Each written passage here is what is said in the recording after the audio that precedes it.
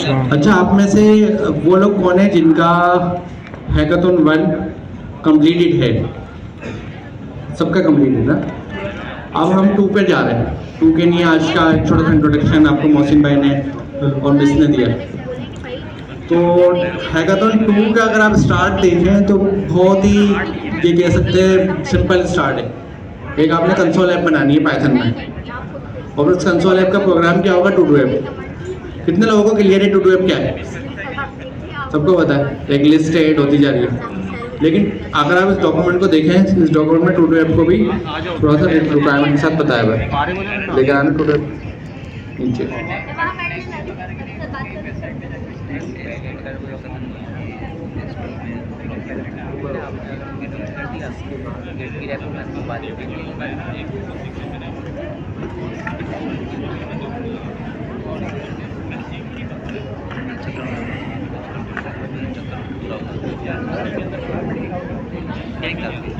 की प्रोग्रेशन बताई गई यहाँ पर ना। टू डू ऐप की प्रोग्रेशन अगर हम देखें तो क्या क्या है? This form the foundation quick to build essential for any MVP. MVP कितने लोगों को नहीं मालूम, नहीं पता एमवीपी क्या है? ईमानदारी से बताया करें, कोई टेंशन नहीं। एमवीपी होता है मिनिमल वायबल प्रोडक्ट। मतलब एक प्रोडक्ट का आप ऐसा फेस बनाते हैं जो कह सकते हैं मिनिमम हो, कम से कम हो, एटलीस्ट आपके प्रोडक्ट के जो कोर फीचर है, असेंशियल फीचर है, वो उसमें मौजूद हो। तो आप एज अ डेवलपर क्योंकि इनोवेशंस कर रहे हैं, आप लोग प्रोडक्ट्स बना रहे हैं कोई ना कोई, तो आपकी प्रैक्टिस क्या होनी चाहिए किसी भी प्रोडक्ट को बनाने की कि आप एमवीपी बनाएं। अब जाहिर है अगर आपको कोई सोशल मीडिया ऐप बनानी हो, आप पूरी कंप्लीट तो नहीं बनाएंगे ना, क्योंकि आपने यूज़र के एंड पे तो दी नहीं है, आपको तो नहीं पता यूज़र उसको किस बिहेवियर के साथ इस्तेमाल करेगा। तो आप क्या करेंगे? आप एमवीपी बनाएंगे, मतलब मिनिमम फीचर के साथ उसको लॉन्च करेंगे। जब वो यूज़र के एंड पर जाएगी तो वहाँ से आपको यूज़र का बिहेवियर मालूम होना शुरू होगा। वहाँ से आप एक्सपीरियंस गेट करेंगे कि यूज़र किस चीज़ को किस तरीके से इस्तेमाल कर रहा है, यूज़ कर रहा है। तो ये MVP होता है, मिनिमल वायबल प्रोडक्ट, या हम प्रोडक्ट का मिनिमम वर्जन बनाते हैं। मैं एक साथ पूरी प्रोडक्ट नहीं बनाऊंगा जिसको बनाने में मुझे 3 महीने लगे, 6 महीने लगे, बनने के बाद मुझे पता लगे तो चलेगी नहीं। मैं इसका मिनिमम वर्जन बनाऊंगा ताकि मैं उसको एडजस्टमेंट कर सकूँ, रिक्वायरमेंट्स कंसिडर कर सकूँ। तो यहाँ पर जो प्रोडक्ट का MVP है टू डू ऐप का, तो बेसिक MVP क्या है? सबसे पहला टू डू ऐप, मतलब मेरी लिस्ट में कुछ बाय करने जा रहा हूँ मार्केट में सामान, मैंने लिस्ट बनाई, टू डू ऐप बनाई, मैंने क्या करा? टास्क को ऐड करा। तो पहला आपको यहाँ क्या नजर आ रहा है? Task addition, create new to do item. मतलब अगर कोई लिस्ट है तो उसमें एक आइटम ऐड होता जा रहा है, टास्क ऐड हो रहा है, आइटम ऐड हो रहा है, या क्या बाय करना है उसका नाम ऐड हो रहा है। दूसरे नंबर पे क्या आ रहा है? उसी का डिलीट, भाई कोई कार्ड गलती से ऐड कर दिया, डिलीट कर दिया। थर्ड नंबर पर आ रहा है उसका अपडेट, सम टाइम हमने कोई टाइपो कर दिया, लिखते हुए मिस्टेक कर दी तो हमने उसको अपडेट कर दिया, या डिटेल पूरी नहीं लिखी। तो ये फोर्थ नंबर पर आ रहा है व्यू टास्क लिस्ट, मतलब मैं अपनी पूरी लिस्ट को देख सकूं मैंने क्या क्या चीज़ें ऐड करनी है। इनिशियली ब्लैंक होगी, जब टास्क ऐड होंगे तो उसमें डिटेल्स आ रही होंगी, मतलब नाम आ रहे होंगे 1 2 3 4 5 6 7 8। सबसे लास्ट में आ रहा है mark is complete. Mark is complete क्या? टॉगल है। टॉगल मतलब कोई भी हम उसके ऊपर काम कंप्लीट हो गया या काम अभी पेंडिंग है, उसका कंप्लीट आ जाएगा। अगर आपने टोटल लिस्ट में 6 चीज़ें ऐड करी, पहली चीज़ आपकी हो गई, बाय करने का है मार्केट में सामान, मोबाइल बाय करना है, मोबाइल का पाउच बाय करना है, मोबाइल का चार्जर बाय करना है। अब आपने मोबाइल का चार्जर बाय कर लिया तो आपने चार्जर पे ओके लिख दिया कि अब ये हो गया। हम वहाँ पर टॉगल होता है ना कि आपने कोई इसमें चेक बना दिया, टॉगल को ट्रू बना दिया, कोई कलर लगा दिया, या स्ट्राइक थ्रू होता है। स्ट्राइक थ्रू पता है क्या होता है? टेक्स्ट के दरमियान में जो एक लाइन आ रही होती है, सही है ना, हमने उसको स्ट्राइक थ्रू कर दिया कि ये चीज़ कंप्लीट हो गई है।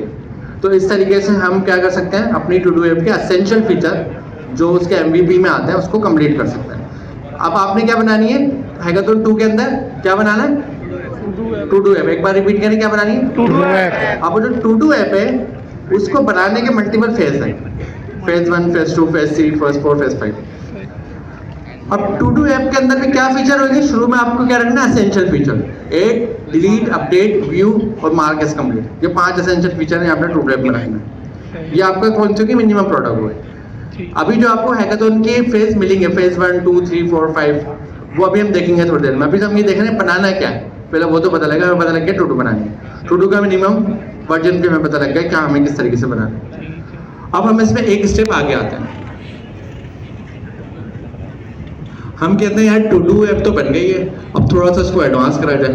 तो एक चीज़ याद रखना, पहले आपने असेंशियल वाला वर्जन बनाना है। जब वो बन जाए, वो चल रहा हो, आपने हैकाथॉन की सबमिशन करानी है। फिर आपने सेम प्रोजेक्ट को अपडेट करना है एडवांस लेवल पे या इंटरमीडिएट लेवल पर। इससे क्या फ़ायदा होगा, आपकी सबमिशन हो चुकी होगी, आपके पास टाइम होगा अपडेट करने का।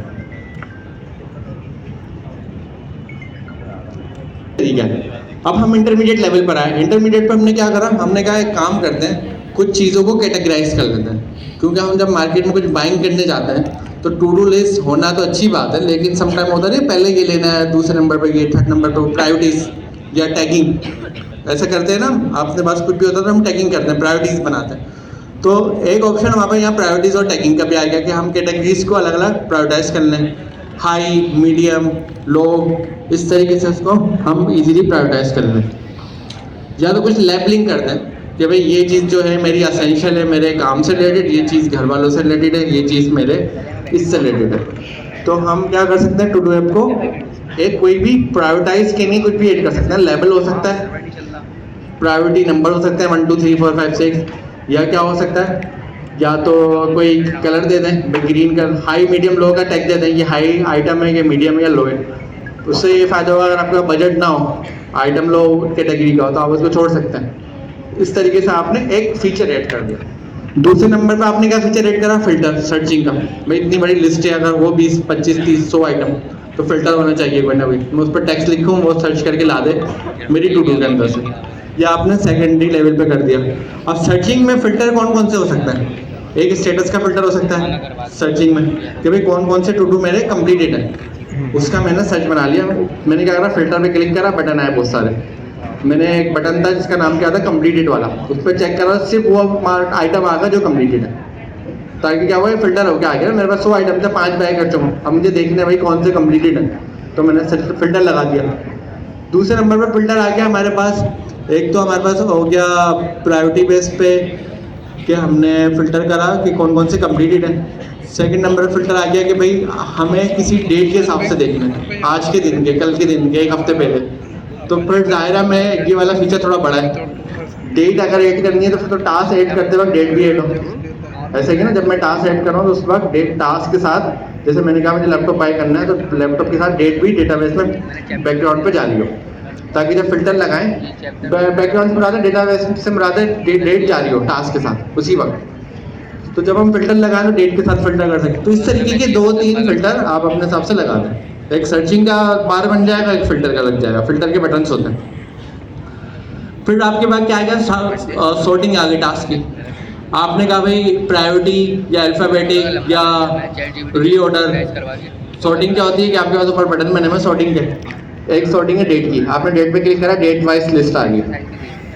आपने सॉर्ट करा कैटेगरी, तो क्या आ रहा है, हाई आइटम ऊपर आ रहे हैं, मीडियम बीच में आ रहे हैं, लोअर डाउन पे आ रहा है, डेट वाइज नहीं आ रहा, डेट मिक्स हो गई। आपने सॉर्टिंग करा अल्फाबेटिक्स, ए वाले पहले आ रहे हैं, बी वाले बाद में, सी वाले। तो इस तरह से सॉर्टिंग आप ये क्या कर रहे हैं, आप एक ही प्रोडक्ट में एनहांसमेंट कर रहे हैं। ये एनहांसमेंट आपने कब करनी है, जब आपका प्रोजेक्ट सबमिट हो जाए, उसके बाद आपने टाइम निकाल के एनहांसमेंट करनी है। ठीक है, ये मैं क्यों बता रहा हूँ, मैं आसान तरीका बता रहा हूँ। अगर कोई डायरेक्ट पूरी प्रोडक्ट बनाना चाह रहा है, उसकी मर्जी बना सकता है। टू डू वैसे सिंपल ऐप है, कोई इतनी ज़्यादा खतरनाक नहीं है, लेकिन हमारे पास क्या स्टेप्स आ गया बनाने का, कोशिश तो है। लेकिन थर्ड नंबर पे क्या आ गया, हमारा एक एडवांस लेवल आ गया। एडवांस लेवल पर उन्होंने क्या करा, कोई भी चीज़ रिकरिंग है, रिकरिंग मतलब डेली, वीकली, मैं रोज़ाना एक चीज़ को बाय कर रहा हूँ। रोज़ाना मैं सुबह उठ के लिखता हूँ कि भाई मुझे ब्रेकफास्ट लेने जाना है, रोज़ाना सुबह उठ के लिखता हूँ ब्रेकफास्ट लेने जाना है, तो वो तो रिकरिंग हो गई। तो वो ऑटो आ जाए, खुद ही आ जाए। सुबह सुबह मैं उठूँ, मेरी टू डू में खुद ही ऑप्शन आ रहा हो कि भाई आपने ये चीज़ बाय करने जानी है। तो ये auto reschedule repeating task, reschedule का मतलब है खुद ही मेरी आज की लिस्ट में ऐड हो जाए। उसने कहा भाई रोज़ाना ही लेने जा रहे हैं, या उसने ये देख लिया मंडे टू फ्राइडे लेने जाना है, सैटरडे संडे नहीं लेने जा रहे, या उसने ये देख लिया सिर्फ सैटरडे और संडे को ये चीज़ चाहिए होती है। तो वो क्या कर रहा है, उसने शेड्यूल सेट कर लिया, हर सैटरडे को वो चीज़ खुद ब खुद मेरे पास आ रही हुई। ठीक है, ये एक फीचर है, अच्छा फीचर है। उसके बाद एक due dates and time reminder. अगर आपने कोई चीज़ ऐड करी टास्क के साथ, आपने उसको ऐड भी कर लिया कि ये मुझे 2 दिन के अंदर अंदर खरीदनी है।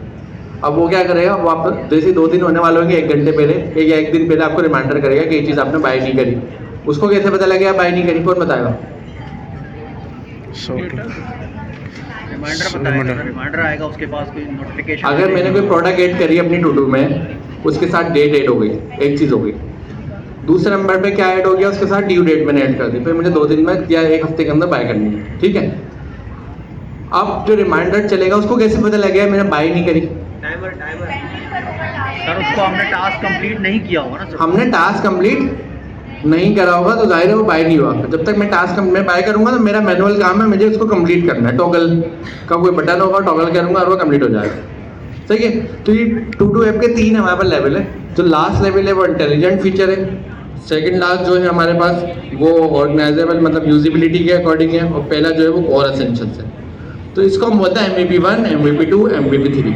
1 मतलब कोर फीचर हो गया, 2 में मजीद एडिशन हो गई, 3 में और मजीद एडिशन हो गई। ठीक है, इनके हमारे पास अलग अलग MVPs बन जाएंगे। अब हम आते हैं हमें एक्चुअली हैकाथॉन के फेजेस क्या है। ये तो वो हो गए जो प्रोडक्ट हमें बनाए हैं। अब सेम प्रोडक्ट आपने 5 बार बनानी है 5 अलग तरीक़ों से। 2 ऐप है 5 अलग तरीक़ों से बनेगी। पहले नंबर पे आपको क्या बताया इसने तरीका? कंसोल बेस में क्या बताया आपको? Terminal base 2 app. Terminal base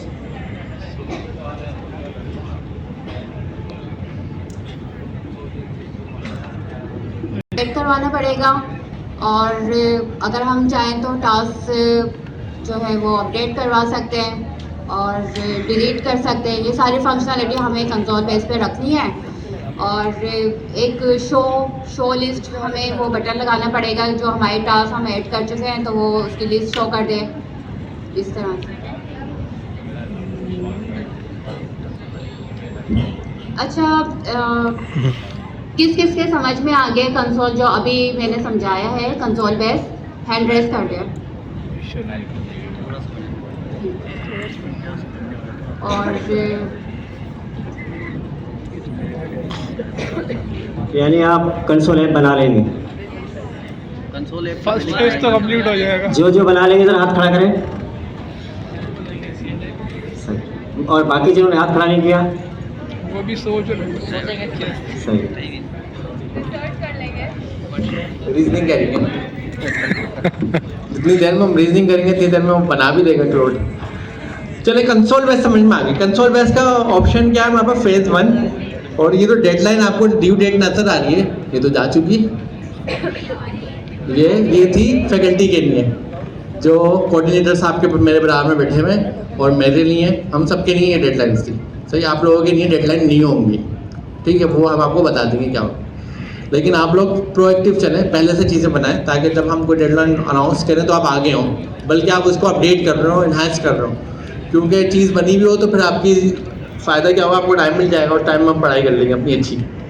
ठीक है, कंसोल बेस का मतलब क्या है? पाइथन के मैं ब्लैक टर्मिनल पर आया, मैंने पाइथन से ऐप रन करी तो वो टर्मिनल के अंदर ही मुझे ऑप्शन दे रहा है, 4 बटन दे रहा है। मैंने कोई भी बटन कैसे तो प्रेस होंगे 1 2 3 4 करके आ रहा होगा, मैंने प्रेस कर दिया 1 बटन या 8 का बटन, कोई भी बटन का नाम होगा, मैंने उसको टाइप करा, इंटर करा तो उसने मुझसे आइटम का नाम पूछा, मैंने आइटम का नाम पूछ के इंटर करा तो आइटम 8 हो गया। फिर मैंने कहा मुझे लिस्ट देखनी है तो मैंने लिस्ट लिखा, इंटर करा तो लिस्ट आ गई। फिर मैंने कहा मैं डिलीट करना है, मैं डिलीट लिख के इंटर करा, उसने बोला कौन सा डिलीट करना है भैया? 7 8 10 आइटम है, कोई ना ID बताओ 1 2 3 4। मैंने बताया 4 डिलीट करना है। इस दिन अपडेट हुआ। टॉगल में भी हुआ कि मेरे पास एक टॉगल का बटन था, मैंने क्या लिखा टॉगल, इंटर करा, जैसे टॉगल लिख के इंटर करा तो उसने मुझसे ID पूछी। जैसे मैंने ID प्रेस करी तो जो आइटम था वो टॉगल हो गया, वो क्या हो गया? कंप्लीट हो गया। मैंने उसको दोबारा टॉगल करा तो वापस से अनकम्प्लीट हो गया। समटाइम गलती से कोई टॉगल हो जाता है।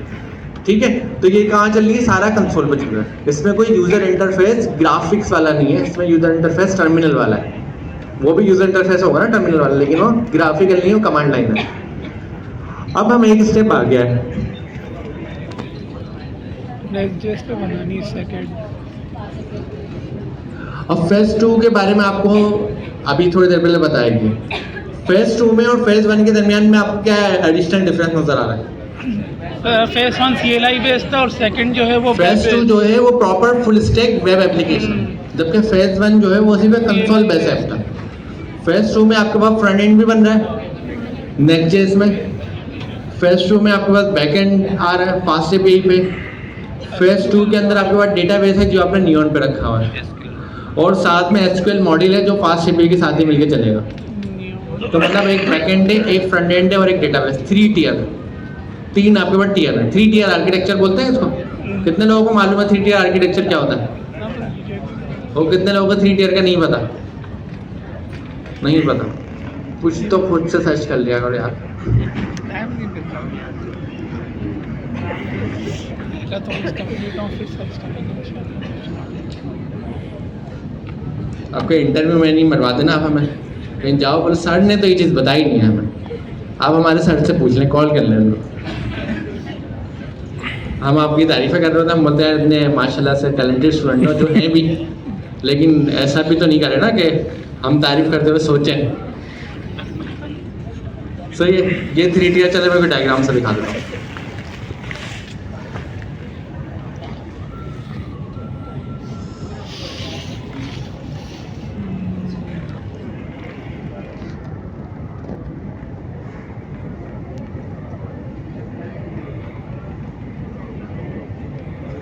इसको हम कॉपी करते हैं, कॉपी में लिंक और लैपटॉप से ओपन में टैप करना है।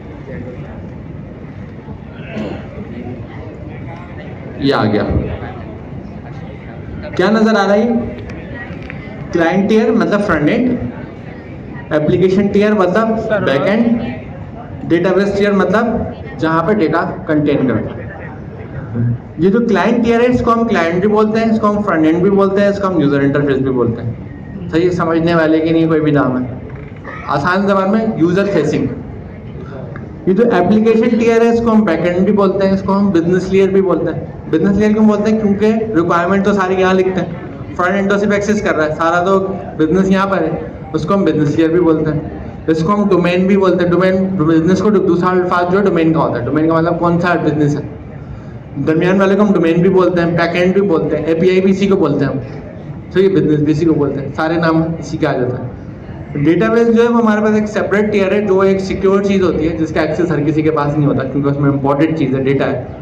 वो काइंड ऑफ सॉफ्टवेयर होता है। उस सॉफ्टवेयर में हमारे पास क्या होता है, डेटा हमारा होल्ड हो रहा होता है, परसिस्ट हो रहा होता है, वहाँ हम डेटा रिकॉर्ड कर रहे होते हैं। और उस जो सॉफ्टवेयर होता है डेटाबेस का, वो उसका मैनेजमेंट सिस्टम हमें प्रोवाइड करता है, डेटाबेस मैनेजमेंट सिस्टम। वो क्या कहता है कि आप अपना डेटा रखो इस तरह से, डेटा डिलीट करो इस तरीके से, डेटा अपडेट करो इस तरीके से। तो ये डेटा के साथ जितने भी ऑपरेशन आप उसके साथ करवा रहे हो। अभी जो कंसोल बेस ऐप थी, जो आप कंसोल बेस ऐप यूज़ कर रहे हो, उसमें कोई डेटाबेस हमने रखना था? कुछ भी नहीं था। मतलब इनलाइन था। जब ऐप चल रही है तो चीज़ें नज़र आ रही हैं, ऐप बंद हुई चीज़ें भी बंद हो गई। या तो हो सकता है कि हम किसी फाइल में रखवा रहे हो, जहाँ पर ऐप चल रही है वहीं पर किसी फाइल में रखवा रहे हो, मतलब कोई सेंट्रलाइज डेटाबेस नहीं है। सेंट्रलाइज डेटाबेस क्या होता है कि फेसबुक जो है मैंने अपने इस मोबाइल से चलाई, मैंने क्या करा, एक पोस्ट डाला, दूसरे मोबाइल से ओपन करूंगा, पोस्ट नजर आएगा, सेम फेसबुक आएगा, क्योंकि डेटाबेस जो है वो मेरा मोबाइल नहीं है। डेटाबेस क्या है? फेसबुक के पास रखा हुआ है, तो सेंटर है। मैं यहाँ से लॉगिन करूँ, ये जो मेरे सारे मोबाइल और मेरे लैपटॉप में ओपन हो रही है, ये क्या है? ये फ्रंट एंड है। कौन सी वाली टियर है ये क्लाइंट टियर है, फ्रंट एंड टियर है, यूजर फेसिंग टियर है, समझ रहे हैं? और जो सेंट्रलाइज टियर है, जो सबके नहीं है, वो कौन सी है? एप्लीकेशन, वो डेटाबेस है। और एक और टियर है, वो है बैकएंड, ये भी सबके नहीं है। ठीक है, ये दोनों टियर किसके पास है? फेसबुक के पास है। फ्रंट वाली टियर किसके पास है? यूजर के पास है। चलें आप लोगों से इसी बहाने एक सवाल करते हैं। ये पेन यूनिवर्सिटी की बुक है, AI-native-penuniversity.org, या कोई भी वेबसाइट जो आप एक्सेस करते हैं अपने लैपटॉप से या मोबाइल से, ठीक है? मुझे ये बताएं, ये वेबसाइट इस वक्त कहाँ पर चल रही है? इस लैपटॉप पे चल रही है, या ये बैकग्राउंड पे जो मैं डिटेल बता रहा हूँ ये कहाँ डिप्लॉय है? मेरे ख्याल से गिटहब पेजेस पे डिप्लॉय है। या क्या ये गिटहब पेजेस के सर्वर पे चल रही है या इस लैपटॉप पे चल रही है? कौन बताएगा? कितने लोग कहते हैं क्योंकि ये गिटहब पेजेस पे डिप्लॉय है, और मैं आपको बता रहा हूँ बैकग्राउंड पे गिटहब पेजेस पे डिप्लॉय है, तो कितने लोग कह रहे हैं इस वक्त जो टाइम हो रहा है, जो आपको नजर आ रही है ये वेबसाइट, ये इस वक्त गिटहब पेजेस पे चल रही है? ये तो नजर आ रही है आपको। और कितने लोग कह रहे हैं नहीं, ये गिटहब पेजेस पे नहीं, ये आपके लैपटॉप के ऊपर चल रही है? इस वक्त की बात कर रहा हूँ, इस वक्त लैपटॉप पे चल रही है आपके। अब इसका कॉन्सेप्ट क्या है? अगर मैं इसको बंद करके दोबारा ओपन करूंगा तो कहाँ से लोड होकर आ रही है? इस पे सब एक नहीं है, इस पे तो जाहिर सी बात है गिटहब पेजेस से आ रही है। लेकिन कॉन्सेप्ट क्या है? गिटहब पेजेस से तो आ रही है। अब मैं आपको दूसरा कॉन्सेप्ट देता हूँ। आपके मोबाइल में सपोज कर लें कोई एप्लीकेशन है, वो एप्लीकेशन है व्हाट्सएप की, या फेसबुक रख लेते हैं, चले व्हाट्सएप का कॉन्सेप्ट फिर आप कुछ और लेंगे। वो फेसबुक की एप्लीकेशन आपके मोबाइल में या फेसबुक के सर्वर पर है, आपने डाउनलोड कहाँ से करी है? प्ले स्टोर से। तो फेसबुक की जो एप्लीकेशन चला रहे हैं वो प्ले स्टोर पे चल रही है, आपके मोबाइल में चल रही है? आप क्यों नहीं कह रहे प्ले स्टोर पे चल रही है? क्यों?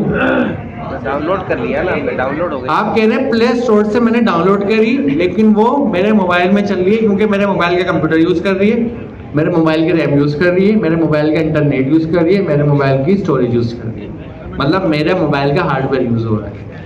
तो जो प्ले स्टोर था वो सिर्फ एक क्लाउड था जहाँ से डाउनलोड होकर मेरे पास आ गई। इन केस मेरे पास डिलीट होती है तो मैं दोबारा प्ले स्टोर पे जाऊँगा, दोबारा से डाउनलोड करूँगा और उसको एक्सेस करूँगा। समझ रहे? यही तरीका होगा।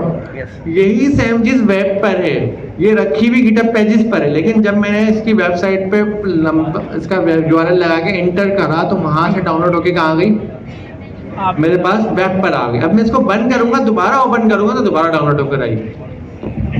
फेसबुक के केस में हम वन टाइम डाउनलोड कर लेते थे, यहाँ के केस में क्या हो रहा है, यहाँ के केस में क्या फायदा है कि वन टाइम डाउनलोड नहीं कर रहे हैं, हम क्या कर रहे हैं, जितनी बार मैं ब्राउजर पे जाता हूँ हर बार डाउनलोड करता हूँ। अब मेरी मर्जी में इसको ओपन करके रखूँ, बंद ही ना करूँ, ये मेरे ऊपर डिपेंड करता है। समझ रहे हैं? तो ये वेबसाइट इस वक्त कहाँ चल रही है? कितने लोग कह रहे हैं इस लैपटॉप पे चल रही है इस वक्त? आपके लैपटॉप पर चल रही है 100% इस लैपटॉप पे चल रही है। अगर यहाँ से मैं बंद करूँगा, दोबारा खोलूँगा तो ये गिटहब पेजेस से डाउनलोड होकर मेरे पास आएगी। सही है? हाँ, इस वेबसाइट को किसी पेज पे मैं क्लिक करता हूँ और वो पेज डाउनलोड नहीं हुआ था पहली बार में, तो वो दोबारा से चाहेगा, दोबारा डाउनलोड करेगा। सही है? किसी नए पेज पे क्लिक करता हूँ, डाउनलोड नहीं हुआ था तो वो दोबारा जाके डाउनलोड करेगा। तो वो डाउनलोडिंग का प्रोसेस रहेगा, जो चीज़ डाउनलोड नहीं हुई है, लेकिन जो हो गई है डाउनलोड तो वो उसी को दिखा रहा है। अब हम आते हैं वापस अपने टीआर पे, इस पे। ये तो क्लाइंट साइड है, ये क्लाइंट क्यों कह रहे हैं? क्लाइंट कौन है? यूजर को क्लाइंट बोलते हैं, कस्टमर को क्लाइंट बोलते हैं, मतलब जो इस्तेमाल करने वाला एंड यूजर है उसको क्लाइंट बोलते हैं। तो इसको क्लाइंट साइड क्यों बोलते हैं? क्योंकि ये क्लाइंट की डिवाइस के अंदर चलती है, चाहे ये वेब हो चाहे ये मोबाइल ऐप हो। अब आप इसके लिए क्या यूज करेंगे क्लाइंट साइड के लिए?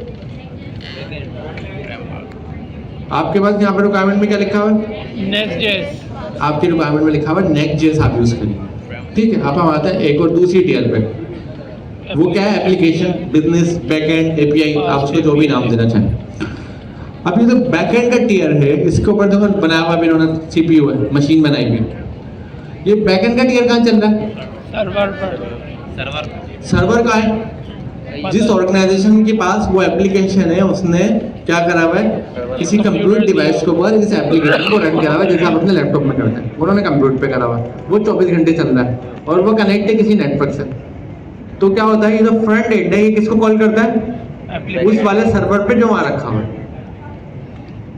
तो ये जो सर्वर है ये क्या है? किस पे बना हुआ है? फास्ट एपीआई पे। किस पे बना हुआ सर्वर? Fast API. अब मुझे बताएं, सर्वर बनाने के लिए फास्ट एपीआई की जरूरत क्यों है? कौन बताया? ताकि हम वाई पर लॉजिक्स लिखते हैं सर उसमें। जी।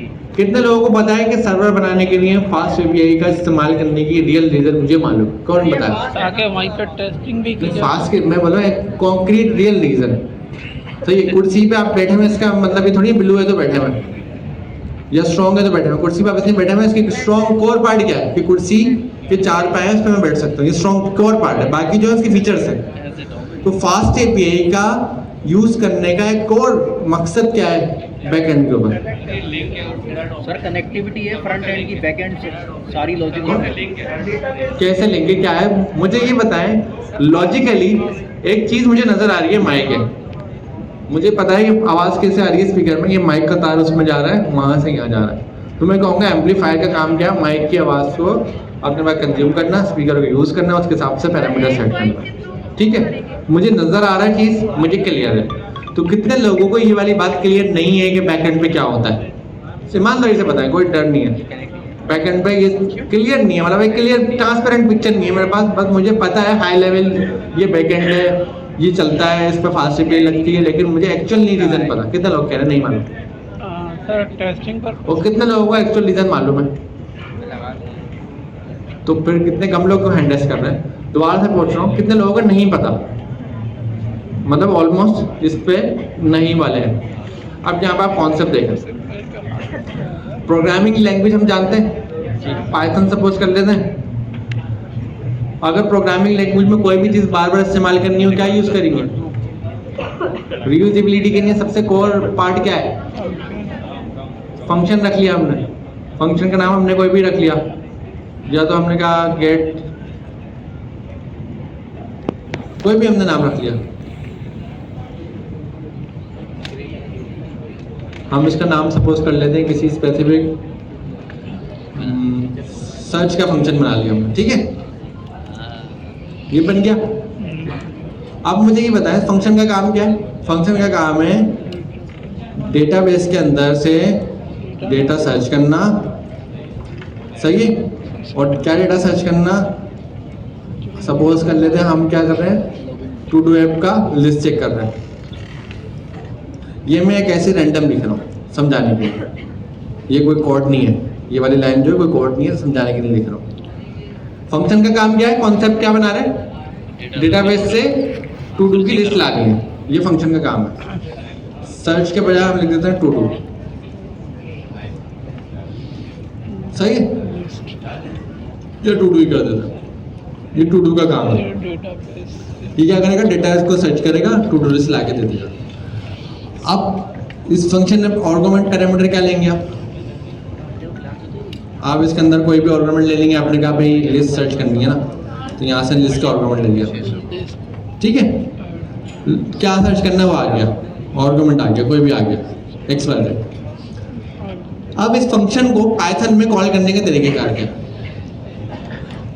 सिर्फ इसका नाम यूज करेंगे। अगर मैं सेम फाइल में हूँ क्या करेंगे, नाम यूज करा और क्या लिख दिया यहाँ पर, टेक्स्ट लिख दिया, यही तरीका है। पाइथन में फंक्शन ऐसी कॉल होगा, ये फंक्शन बदले में करेगा क्या, जो भी इस लाइन पे काम हो रहा है वो कर देगा। मैं इस पे प्रिंट करवा देता हूँ, कुछ भी करवा देता हूँ, ये इस लाइन पे काम हुआ वो कर देगा, कुछ भी हो, X Y Z. Function call करने का तरीका क्या है, नाम लिखा, कॉल कर दिया। कितने लोगों को ये तरीका फंक्शन कॉल करने का मालूम है, एक एक करके आता है, सबने एंडर्स करना है ताकि मेरे पास डेटा सही रहे। कितने लोगों को पता है ऐसा फंक्शन कॉल होता है, सही है। अभी तो फंक्शन कॉलर है, इसके बाद रिटर्न में क्या जाएगा,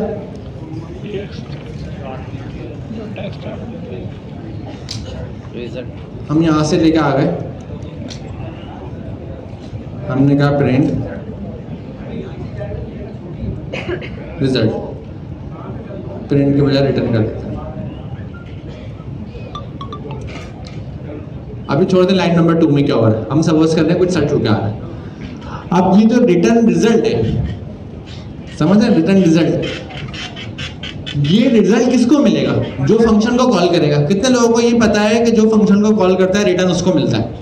एक एक करके मेरे डेटा आपसे चाहिए, मैं थोड़ा एडवांस आऊंगा अचानक, ठीक है। जो फंक्शन को कॉल करेगा उसको क्या मिलेगा, रिटर्न।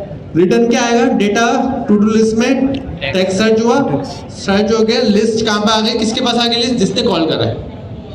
ये कॉमन पाइथन की प्रोग्रामिंग में होता है ऐसा।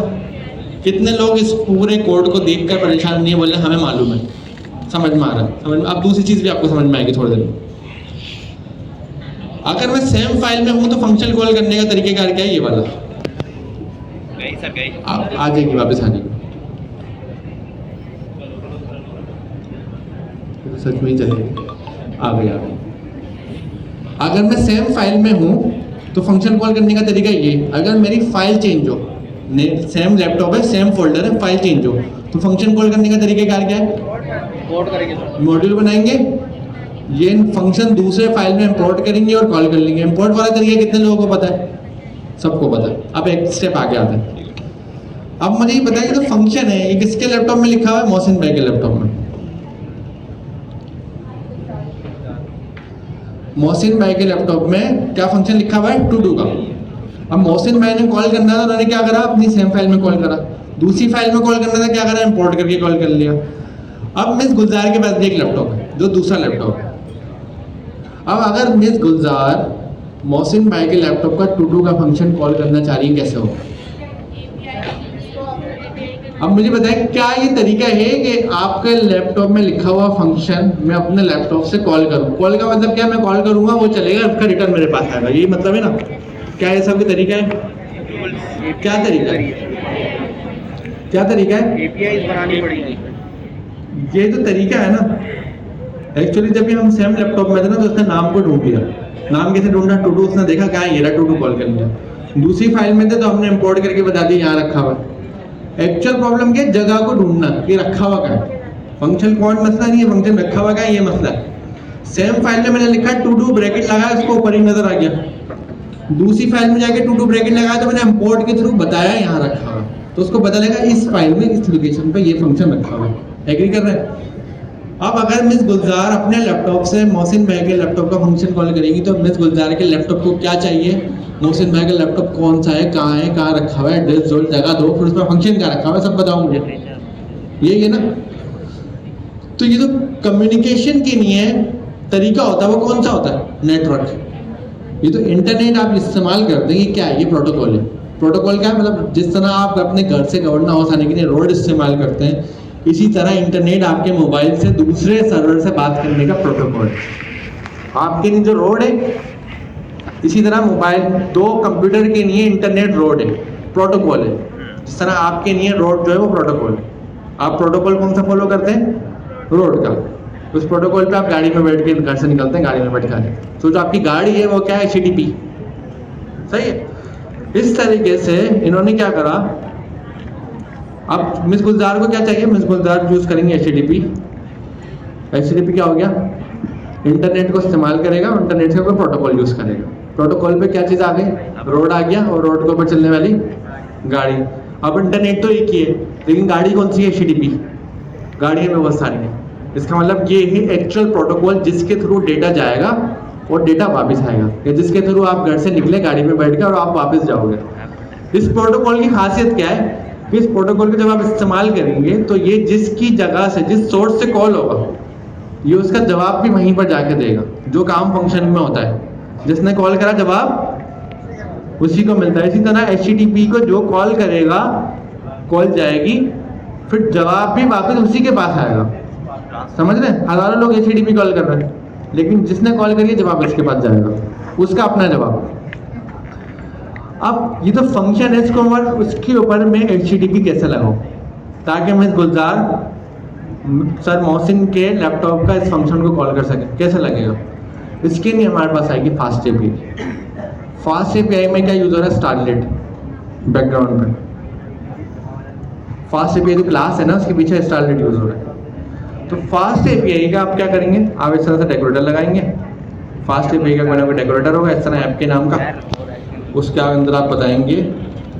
अब नेटवर्क को बस लोकेशन चाहिए होती है, जिसको हम एंड पॉइंट बोलते हैं। हमने बता दिया एंड पॉइंट ये वाला टू। अब क्या होगा? अब ये जो कोड है ये कहाँ पर ट्रांसफॉर्म हो रहा है? HTTP पे। अब HTTP हम लगाएंगे यहाँ से लोकल होस्ट। जब अपने लैपटॉप में होंगे तो लोकल होस्ट लगाएंगे, ऐसी बात है।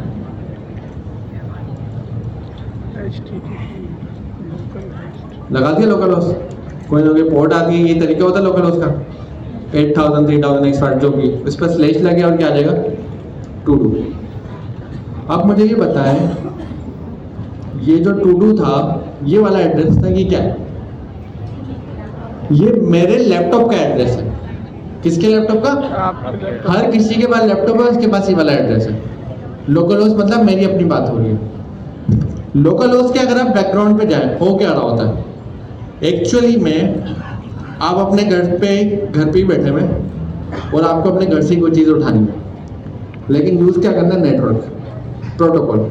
आप अपने घर के गेट से बाहर गए, यूँ घूमे, वापस गेट से अंदर आए और अपने अपनी चीज़ यूज़ करें, इसको बोलते हैं लोकल होस्ट। हो क्या रहा है? आपके लैपटॉप के अंदर एक इंटरफेस लगा हुआ है। इंटरफेस मतलब नेटवर्क का कार्ड लगा हुआ है। जैसे कि तार देखे ना, तार कहाँ लग रहा है? इंटरनेट का तार नजर आ रही है? ये तार किस पे लग रहा है? मेरे लैपटॉप में किस में लग रहा है? ये जिस चीज में लग रहा है वो इंटरफेस है। हमने कहा ना, जो यूजर फेसिंग चीज होती है उसको इंटरफेस बोलते हैं। तो ये कौन सा हो गया? नेटवर्क का इंटरफेस हो गया। ये तार जो नजर आ रहा है, ये नेटवर्क के इंटरफेस में लगा हुआ है। तार के अंदर इनपुट आउटपुट है, एक जिसके थ्रू डेटा जा रहा है, एक जिसके थ्रू आ रहा है ना? ऐसा ही होता है ना। अब आप ये देखिए, मेरे इस लैपटॉप में एक लगा हुआ है, क्या लगा हुआ? नेटवर्क का कार्ड। उसका एक इनपुट एक आउटपुट है। हो क्या रहा है? इनपुट से तार निकलता है, आउटपुट में वापस चले जाता है, जिसको हम जंपर बोलते हैं। जंपर सुना है किसी ने?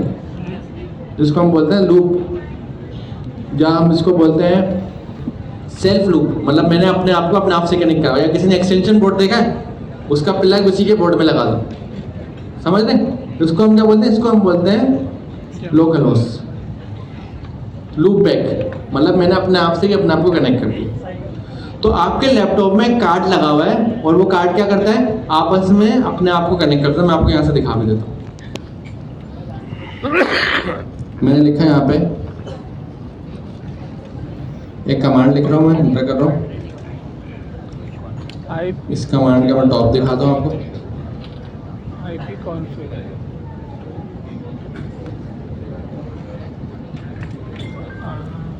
protocol 90 मैं WSL से दिखा देता हूँ। कहाँ है, ये आ गया।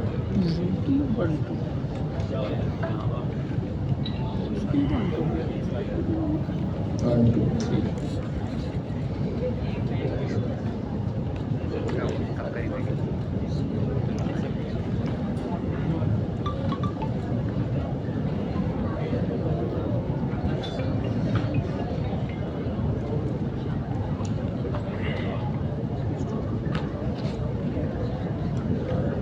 चलिए, इनके पास स्टोर नहीं है, लेकिन मैं आपको लूप पे एक अलग से दिखाना चाह रहा था। ये WSL का है, इथरनेट का है।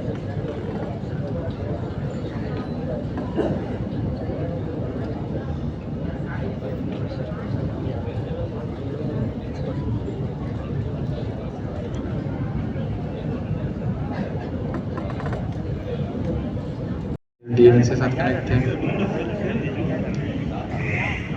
ये वाला उसमें कनेक्ट, इनमें से कोई एक ही ये वाला रखते हैं। तो हो क्या रहा है, इसमें एक नेटवर्क आपस में दूसरे नेटवर्क से कनेक्ट हो रहा है। ये हमारा लोकल होस्ट है, ठीक है।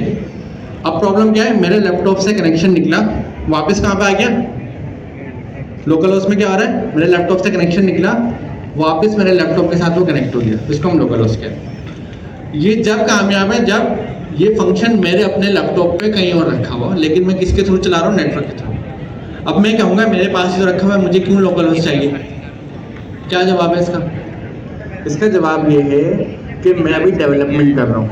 जब ये डेवलपमेंट कंप्लीट हो जाएगी तो ये दोनों चीज़ें अलग अलग जगह रखी हुई हैं। तो ड्यूरिंग द डेवलपमेंट मुझे 2 लैपटॉप तो नहीं लूँगा ना, एक इधर चलाऊँगा किधर, मैं तो एक ही लैपटॉप पे काम करूँगा। तो इसलिए मैं लोकल होस्ट का इस्तेमाल करूँगा। जब डेवलपमेंट हो जाएगी मैं उसको कहीं ना कहीं रख दूँगा, फिर जहाँ पे रखूँगा उसका नाम यूज़ करूँगा। तो होगा क्या, अगर मोहसिन भाई के लैपटॉप को मुझे कॉल करना होगा, मोहसिन भाई के लैपटॉप की IP लूँगा 10 90 89 120, इस तरह से IP होगी। IP एड्रेस का मतलब होता है लोकेशन, लोकल उसकी जगह उनका एड्रेस चलेगा और ये यूज़ होगा। या तो अगर मैं किसी सर्वर पे रखूँगा तो मेरा डोमेन होगा, डोमेन क्या होगा, penaversity.com/to do, समझ रहे? तो ये लोकल होस्टिंग एड्रेस जो है वो चेंज होता रहेगा, जहाँ रखा हुआ है वहाँ का एड्रेस। जब उस एड्रेस पे गया, उस एड्रेस पे किसको ढूंढेगा, ये टू डू को ढूंढेगा तो कौन मिलेगा, ये वाला फंक्शन। तो ये रीजन है फास्ट API को इस्तेमाल करने। तो फास्ट API के पीछे स्टारलेट है, वो उसको इस्तेमाल करते हुए क्या कर रहा है, आपके कोड, आपके फंक्शन को कहाँ पर पब्लिश कर रहा है, कौन से प्रोटोकॉल पे पब्लिश कर रहा है, नाम बताए प्रोटोकॉल का, रिपीट करें एक बार, HTTP क्या है, दोबारा बताएं क्या नाम है, HTTP के प्रोटोकॉल पे पब्लिश कर रहा है। जब HTTP के प्रोटोकॉल पे पब्लिश कर रहा है तो जिस सर्वर पे वो चल रहा है उस सर्वर का कोई ना कोई नाम होता है। मैं अपने लैपटॉप की बात करूं, मेरे लैपटॉप का नाम क्या है, लोकल होस्ट। किसी और का सर्वर होगा, उसका मुझे नाम देखकर उसको लिखूंगा, मैं कॉल करूंगा, वो कॉल मिलेगा। अगर मेरा कोई क्लाउड का सर्वर है, क्लाउड के सर्वर का भी कोई नाम होगा। अगर मेरा कोई पेनावर्सिटी का सर्वर है तो पेनावर्सिटी का नाम होगा penaversity.com। तो फायदा क्या होगा, एक दूसरे कंप्यूटर में रखा हुआ फंक्शन दूसरा कंप्यूटर कॉल कर सकता है। तो ये आपका है कौन सा वाला टियर, बीच वाला टियर। तो फ्रंट एंड बैक एंड से बात कैसे कर रहा है, एक्चुअली में फ्रंट एंड बैक एंड का एक फंक्शन कॉल कर रहा है। फंक्शन कॉल करने के लिए वो HTTP का प्रोटोकॉल यूज कर रहा है। इस्तेमाल फ्रंट एंड कर रहा है, बनाया किसने, बैकएंड में। बैकएंड ने क्या करा है, HTTP के ऊपर अपना फंक्शन एक्सपोज करा है कि मेरा लिखा हुआ फंक्शन कोई दूसरा थर्ड पर्सन आकर कॉल कर सकता है HTTP के थ्रू। तो उसने क्या यूज करी है, क्या यूज करा है, फास्ट API। क्या यूज करा है, फास्ट API। अब हम आगे आते हैं, हम तीसरी रिक्वायरमेंट देखते हैं, क्या है, NeonDB। NeonDB एक्चुअली में एक प्लेटफॉर्म है, वो प्लेटफॉर्म आपको पोस्टग्रेस का डेटाबेस प्रोवाइड करता है। नॉर्मली पोस्टग्रेस का डेटाबेस हम अपने लैपटॉप पे भी इंस्टॉल कर सकते हैं, लेकिन हम नियॉन पे डायरेक्ट अभी फिलहाल इसलिए जा रहे हैं, अभी हमारा टाइम कम है और एट द एंड हमें उसको कहीं ना कहीं लेके तो जाना पड़ेगा इंटरनेट पे। तो नियॉन डेटाबेस जो है वो क्लाउड डेटाबेस मतलब इंटरनेट के ऊपर रखा हुआ। आपने क्या करना है, नियॉन पे जाके साइन इन करना है, नाम लेना है, लोकेशन लेनी है, HTTP का उसका वो लेना है प्रोटोकॉल, या उसका जो भी SQL का पोस्टग्रेस का प्रोटोकॉल है वो लेना है। अपने पास बैकएंड पे डेटाबेस को कनेक्ट करना है। तो बैकएंड आपका कहीं भी चल रहा हो, डेटाबेस कहीं वो चल रहा है, ये भी क्या यूज़ कर रहा होगा, प्रोटोकॉल यूज़ कर रहा होगा। ज़रूरी नहीं है बैकएंड डेटाबेस से बात करने के लिए HTTP कॉल करें, हो सकता है उसका HTTP के अलावा दूसरा प्रोटोकॉल हो। हम फ्रंट एंड और बैक एंड को यूज़ करते हैं HTTP के प्रोटोकॉल से, लेकिन बैक एंड डेटाबेस को यूज़ करने के लिए ज़रूरी नहीं है HTTP यूज़ करें, क्योंकि प्रोटोकॉल बनाता कौन है, जिसकी चीज़ इस्तेमाल हो रही है। बैक एंड इस्तेमाल हो रहा है तो वो प्रोटोकॉल बनाता है, फ्रंट एंड सिर्फ यूज़र है। फ्रंट एंड के बाद चॉइस नहीं है प्रोटोकॉल की, बैक एंड के बाद चॉइस है। तो बैक एंड ने फ्रंट एंड को चॉइस दी है और दुनिया में स्टैंडर्ड चॉइस जो है HTTP है, तो इसीलिए HTTP यूज़ होता है। डेटाबेस पे जाते हो, डेटाबेस के हिसाब से प्रोटोकॉल अलग है। पोस्टग्रेस का प्रोटोकॉल पोस्टग्रेस के नाम से होगा, कोई और सा डेटाबेस है उसका प्रोटोकॉल उसके नाम से होगा, सबके अलग अलग प्रोटोकॉल होते हैं।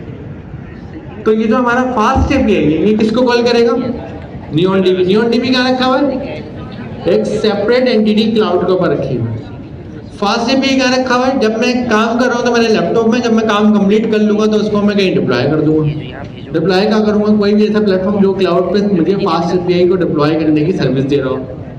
मतलब क्या करूंगा, फास्ट API का लिखा हुआ कोड कहाँ चला दूंगा, रेलवे का एक प्लेटफॉर्म है, हगिंग फेस स्पेस का प्लेटफॉर्म है, या किसी AWS पे ले जाऊंगा, क्लाउड पे, Azure क्लाउड पे ले जाऊंगा, कहीं भी अपने हिसाब से जो मेरे पास सर्विस अवेलेबल है वहाँ ले जाऊँ। और वहाँ से मैं किसको कॉल करूंगा, नियॉन को। नियॉन ऑलरेडी क्लाउड पर है, फास्ट API मेरे पास लोकल पर है लेकिन उसको मैं क्लाउड पे खुद लेके जाऊंगा।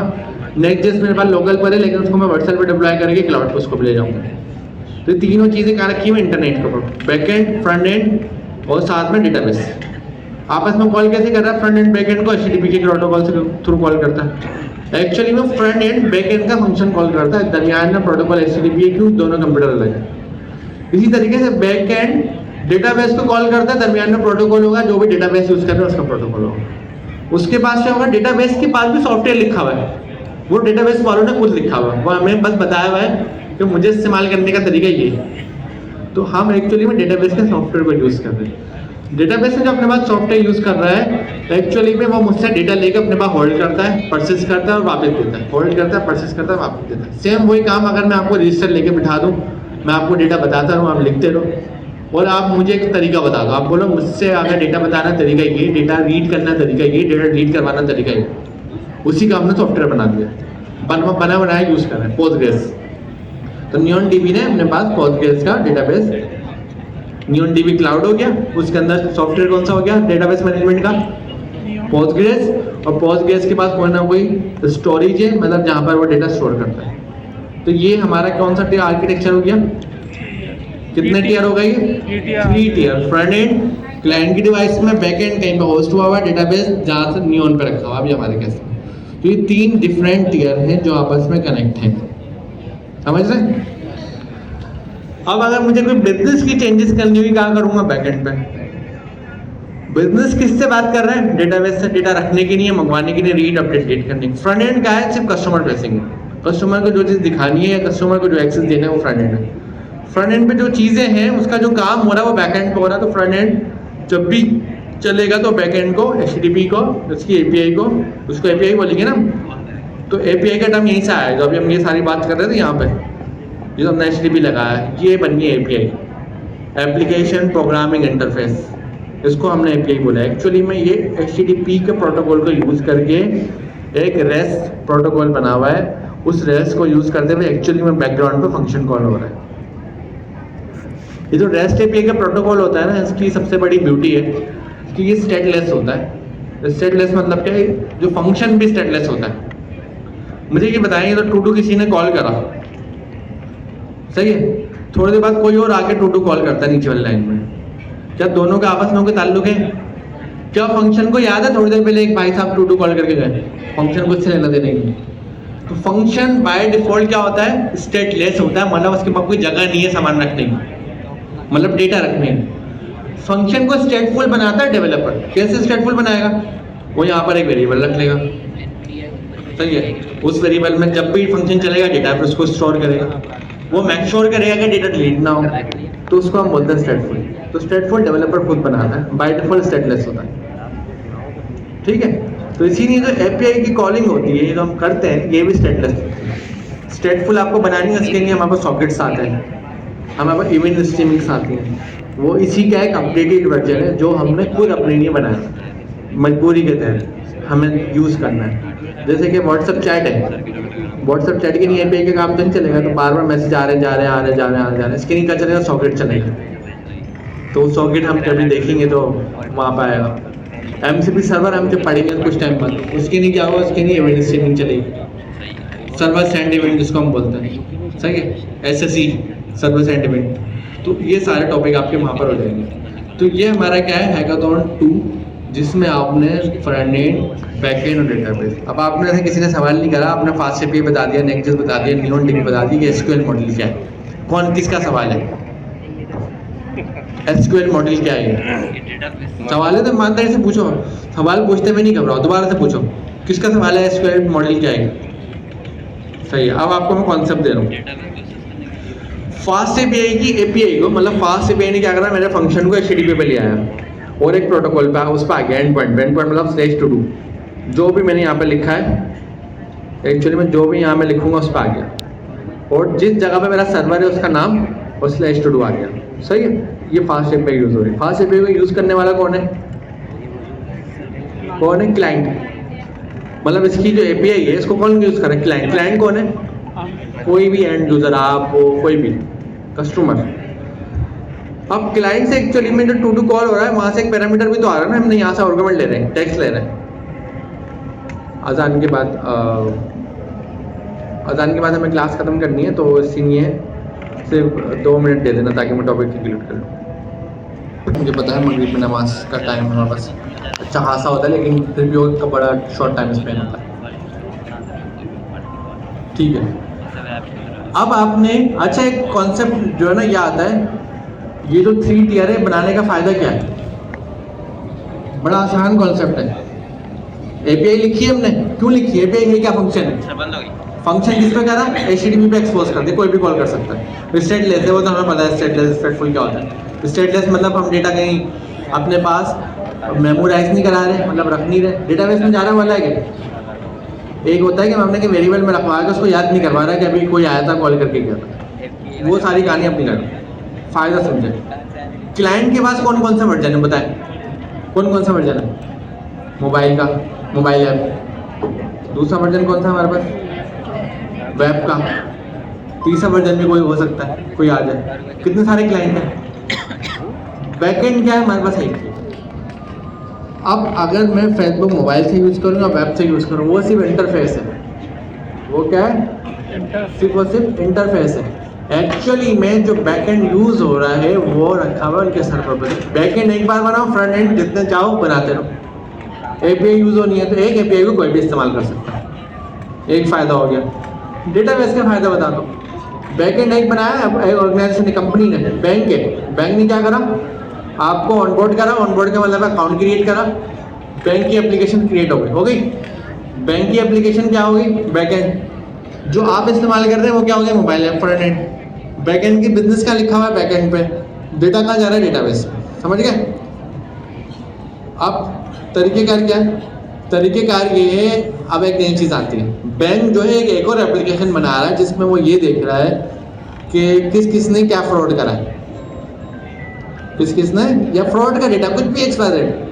अब बैंक को ज़रूरत है इस वाले दरमियान वाले की, वो तो नई चीज़ बनाएगा। बैंक को ज़रूरत है पहले वाले की, यूज़र से उसको लेना देना नहीं होता, अपने नहीं कुछ बना लेगा फ्रंट। लेकिन बैंक को क्या डेटा चाहिए, यस सर, तो डेटाबेस अलग रखा हुआ है। तो डेटाबेस बैंक जो है दूसरी एप्लीकेशन के लिए सेम डेटा इस्तेमाल कर सकता है। बैकएंड को मल्टीपल फ्रंट एंड इस्तेमाल करते, तो इसीलिए इनको अलग अलग कराएंगे ताकि एक स्ट्रॉन्ग आर्किटेक्चर बनाया गया। स्केलेबिलिटी मतलब लोड आ गया, फ्रंट एंड के ऊपर एक साथ 1000 लोग आ गए। अब फ्रंट एंड के पीछे एप्लीकेशन बैकएंड की कितनी है, ये 1 से ज़्यादा हो सकती है, दरमियान वाली ना 1 से ज़्यादा हो सकती है, ब्लू वाली भी 1 से ज़्यादा हो सकती है, डिपेंड ऑन इट। अब एक एप्लीकेशन कौन सी है, जो ट्रांजेक्शन करती है, अकाउंट से पैसे 10 उधर भेजती है। कौन सी वाली, ग्रीन वाली की बात कर रहा हूँ, बीच वाली। एक एप्लीकेशन वो है जो लोन देती है। तो बैकएंड पे कितनी हो गई, दो हो गई, एक लोन देने वाली और एक ट्रांजेक्शन करने वाली। लेकिन फ्रंट एंड पे कितनी है? एक ये जो दोनों बैकएंड से बात कर रही है, लोन देना हो तो उससे बात करना है, ट्रांजेक्शन मतलब पैसे इधर से उधर भेजते तो उससे बात करनी है। अब लोड आ जाता है यूजर का, एक साथ 1000 लोग आ गए। लोड किस, अब वो जो एक साथ 1000 लोग आए वो दोनों बैकएंड पर आए या दोनों में से किसी एक पे आ रहा होगा, ये डिपेंड होने वो क्यों आ रहे हैं। अगर वो सारे लोन वाले 1000 आए तो किस पे लोड गया? बैकएंड के लोन वाले पे। अब एप्लीकेशन में होता है क्या, एप्लीकेशन जिस सर्वर पे चल रही होती है ना उसकी कॉस्ट होती है, CPU रैम मेमोरी यूज हो रही होती है, तो वो ना हमें बढ़ानी पड़ती है। जब यूज़र ज़्यादा आ जाता है, मेरे क्या है 4 GB रैम है, यूज़र ज़्यादा आकर 4 GB रैम फुल हो जाएगी, तो मैं क्या करूँगा 4 की 8 करवाऊँगा, 8 की 16, वो कॉस्ट है।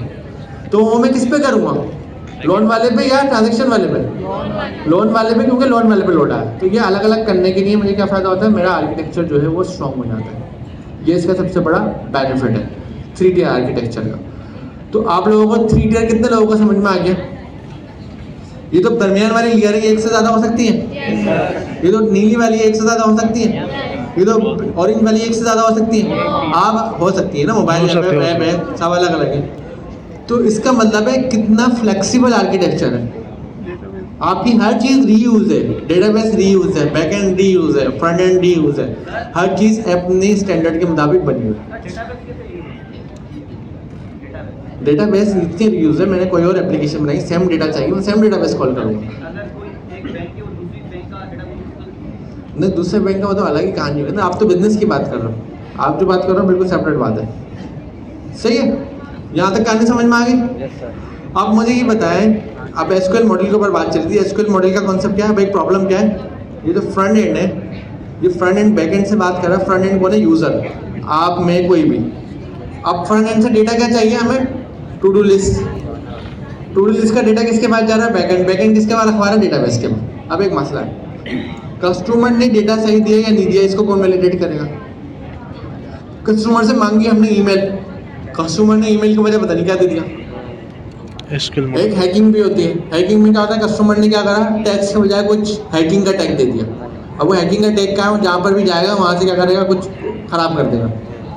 तो मैं तो रीड करूँगा ना कस्टमर दे क्या रहा है। अगर मैं, आपने मुझसे कुछ चीज़ें मांगी और या आपके पास बैग है, बैग के अंदर आपके पास लैपटॉप है, अब मैंने आपको ठंडी पानी की बोतल दे दी, आपने बैग के लैपटॉप में डालोगे, आप वैलिडेट करोगे। हमेशा यूज़र से आने वाली चीज़ को हम वैलिडेट करते हैं, करोगे ना वैलिडेट। अगर आप अपने घर की नींव में सामान लोगे, डायरेक्ट जाके फ्रिज में रख दो या देखोगे वो क्या है, हो सकता है बाकी चीज़ें भी फ्रिज की खराब कर दे। जो कस्टमर से डेटा बैकएंड पे आ रहा है, डायरेक्ट डेटाबेस में नहीं रखेगा, बल्कि वो क्या करेगा, वैलिडेट करेगा। उसका हम बोलते हैं सैनिटाइजेशन। डेटे को सैनिटाइज करो, सही है, डेटे को वैलिडेट करो कि जो चाहिए वो है या नहीं है। सही है, डेटे को जाकर प्रॉपर उसकी चेकिंग करो कि भाई जो चाहिए था वो है या नहीं है। फिर दूसरा आता है बिजनेस टेस्टिंग, जो हमने यूज़ भी करी थी, पाइडेंटिक देखा था ना, तो जो डेटा चाहिए वही आ रहा है, कुछ और तो नहीं आ रहा। तो ये सारा काम हम करेंगे एसक्यूएल मॉडल से। एसक्यूएल मॉडल हमारे पास क्या होगा, ये तो फास्ट है, यही डेटाबेस से डायरेक्ट बात नहीं करेगा, फास्ट है यही बात करेगा एसक्यूएल मॉडल से, एसक्यूएल मॉडल डेटाबेस से बात करेगा। तो फ़ायदा क्या होगा ना, यूज़र की क्यूरी है वो एसक्यूएल मॉडल के थ्रू घूम के जा रही है, तो एसक्यूएल मॉडल क्या कर रहा है, कोई चीज़ गलत हुई तो उसको रोक देगा, वो फिल्टर कर लेगा, भाई ये चीज़ तो है ही नहीं, मेरे बैग में लैपटॉप है, पानी की ठंडी बोतल जा ही नहीं सकती, लैपटॉप खराब हो जाएगा। तो वो डेटा को सैनिटाइज कर रहा है, फिल्टर कर रहा है, रीड कर रहा है, फिर आगे भेज रहा है, और जो डेटा वापस आ रहा है उसको भी रीड कर रहा है। तो ये बचाता है हैकिंग से। और इसका एक और फ़ायदा है, अब आपने टेंशन नहीं है, आपने पोस्टग्रेस को डायरेक्ट कॉल नहीं करना, आप फास्ट एपीआई में आपने पोस्टग्रेस को डायरेक्ट कॉल नहीं करना, बल्कि आपने फास्ट एपीआई में लिखकर एसक्यूएल मॉडल लिखना है। एसक्यूएल मॉडल क्या, पाइथन के क्लासेस हैं। एसक्यूएल मॉडल खुद जाके डेटाबेस को कॉल कर रहा होगा, उसके पीछे प्रोग्रामिंग है। तो ये क्या है हमारे पास, 3 tier आर्किटेक्चर। तो आप में से होपफुली कितने लोग इस बात पे एग्री हैं कि हम फेज 2 इजीली बना लेंगे। बनाने का तरीक़ेकार क्या होगा, फेज 2 को बनाने का तरीका बहुत सिंपल है। फेज 2 बनाते वक्त आपने पहले अपनी स्किल्स बनानी है और सब एजेंट बनाना है। मैं आपको लास्ट एक तरीका दिखा देता हूँ, क्लाउड सब एजेंट,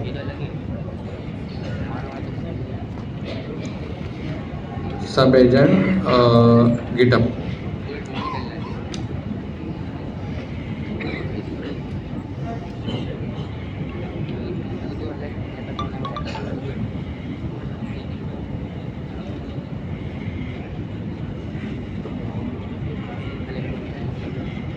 यहाँ पर मिल नहीं रहा।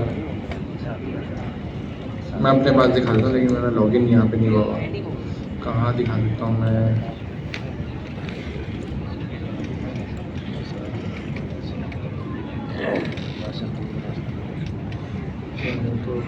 तो स्टूडेंट भी होगा।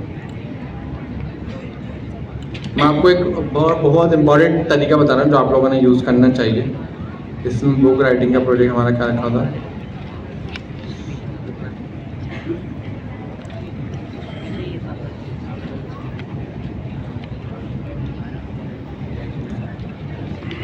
ये देखिए, सब एजेंट्स हम लोग बनाते हैं। ये हमने लिखा डॉट क्लॉट के अंदर एजेंट्स। ये आप लोगों ने भी सब एजेंट इस तरीके से बनाना है, इसी तरह स्किल्स भी बनी हुई। आपने क्या करना है, जब भी आप सब एजेंट बनाएंगे ना, तो सब एजेंट के ऊपर ना इस तरीके का एक YAML आता है। मैं ऐसे दिखा देता हूँ, करनी पड़ेगी। डॉट सब एजेंट में इस तरीके से एक YAML आता है।